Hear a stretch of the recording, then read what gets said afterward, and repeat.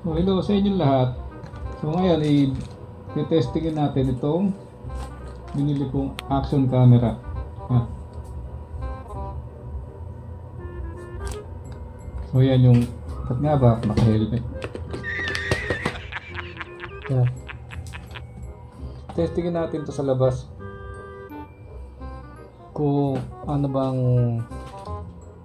bang quality o performance ng camera. Saka lalong lalo na yung battery life. So yan, naka-helmet na ako. May mount na. Saka ito yung camera.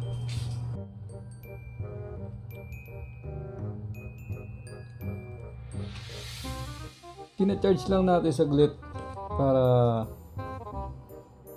testing natin lalong lalo na yung battery life pagka ginagamit siya. So yun pala sa lens ng camera nakatingin. Okay,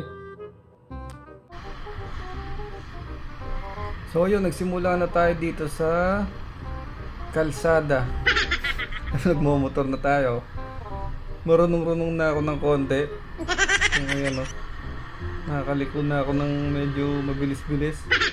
Pero syempre ang topic naman dito sa video na to is kung ano yung makikita nating quality ng camera na syempre binili sa mas mababang presyo kaysa sa iba.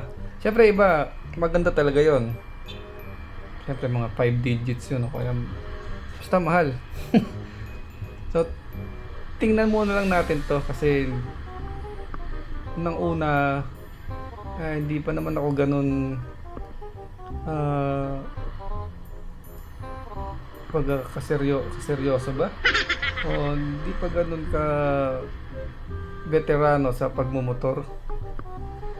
So nangangapa pa rin ako. So kinakabahan ako sa mga malalayong biyahe, halimbawa. Tapos yun, ang gusto nating malaman dito sa camera is kung kaya nito na tumagal yung battery, yung isang battery life niya pag ginamit siya sa sabihin nating mapasama tayo sa ganyan o magpagdesisyonan nating mag long ride sa malapit. Ayun. Tapos ang gagawin dito nakaano nga pala to, sorry. So nilagay ko siya sa waterproof case. Maririnig pa rin naman natin yung ingay. No. Basta yung nasa paligid niya, pasok pa rin doon sa kanyang built-in microphone. Partida pa yun kasi nakakulong na siya doon sa water case. Wow! So ang tingin ko naman dito is okay naman kasi sinet up ko siya as 2.7 vertical mode. Ayan, nakita natin. Vertical mode ko na lang muna kasi baka kauna-unahang upload ko to ng video sa YouTube. Para naman, halimbawa may magtiyaga manood sa video ko is hindi na itatagilid yung cellphone. NANI?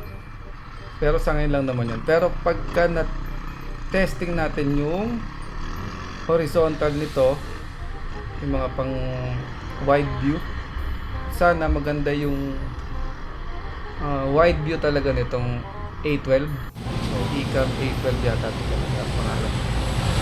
Yan, kaya ako malit kasi change oil na rin just 500. So yun nga, bago lang ako sa motor kaya talagang hindi ko pa kabisado ko ng mga pinagagawa dyan. So dahil tapos na, uwi na lang ulit.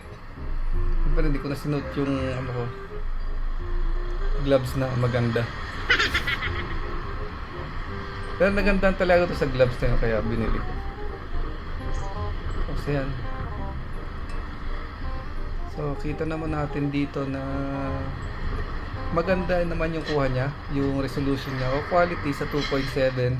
So next time ang gagawin natin is ibababa pa natin kasi gusto kong testing dito yung 1028 na resolution. kung ganun pa rin ka-smooth.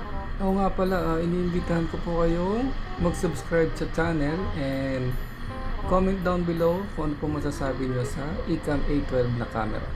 Thank you.